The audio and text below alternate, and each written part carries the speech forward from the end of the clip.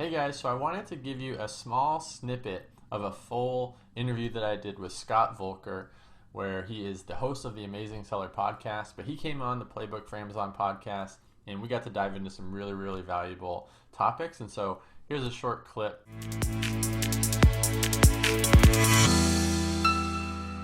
So I know that on your podcast, you talk a lot about building your own online real estate and that Mhm. that helps diversify. So let's talk about some of those steps, or what Yeah. do you recommend for people that are like, oh, I'm not sure how, or I haven't had the Mm, time, but mm. maybe break it down in simple terms for them.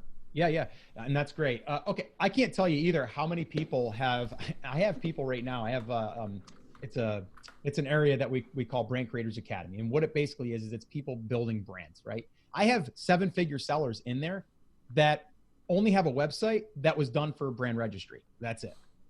That's it. Okay, so it's just a shell of a website, right?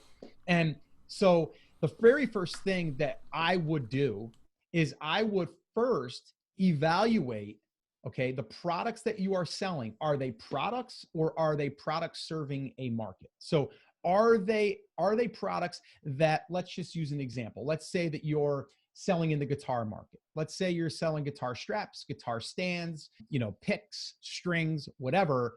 That's a good market. So are you creating assets outside of Amazon that will lead people over to your website to show them how to play guitar, how to tune a guitar, how to clean a guitar, how to, do all of those things? Because that's, to me, the other side that a lot of brands aren't doing. If you look at some of these, I mean, look at Bulletproof. Bulletproof Coffee is all about content. It's all about teaching you how to live better and have a better life and have the best performance and have the most focus. The product is just a support piece for the brand. So I would say anyone that is selling on Amazon right now, I want you to evaluate your products and see if, I know people that have products in like 5 different markets under one brand. Number one, how are you going to sell that? There's no investor that's going to buy, at least that I know of. You're not going to have an investor that's going to buy a brand that's just like a barrage of products that doesn't serve a market, because it's like, well, these are just products. They're not a business or a brand. So I would say the very first step is to evaluate your market and see, can you create content that people are looking for, that are searching for, that you could start to either write articles or have them written, create YouTube videos, or just videos in general. I would prefer YouTube because it's a search engine. Can you do that? Can you build an email list, and then can you communicate, and can you be front of mind in your market? So many people don't realize this either, Jeff. It's like people go to Amazon to buy stuff, which is great, but that's only a small part of the market that's ready to buy today. What about the 90% or 95% of people that aren't ready to buy, but are going to be ready to buy in 6 months? Wouldn't you want to be in front of those people for when they're ready to buy? I would. So to me, it's all about building the traffic assets and then figuring out ways to monetize.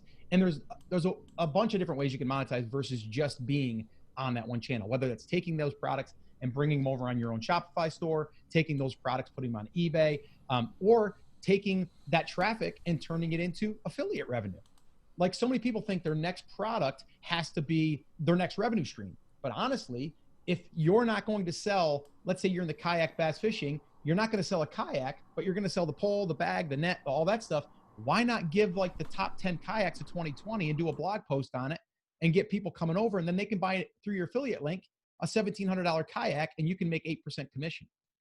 I mean, why not, right? It's another revenue stream. So I think for people, figuring out if the market lends itself to having content created that can bring in people that will potentially buy products, in a nutshell.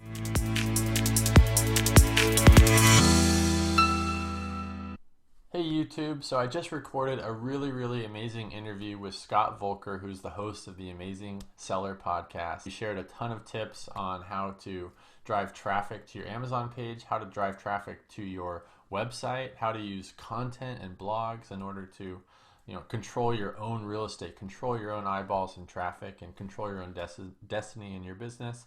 So I really think that you're going to enjoy this interview that I did. So get out a notepad and enjoy.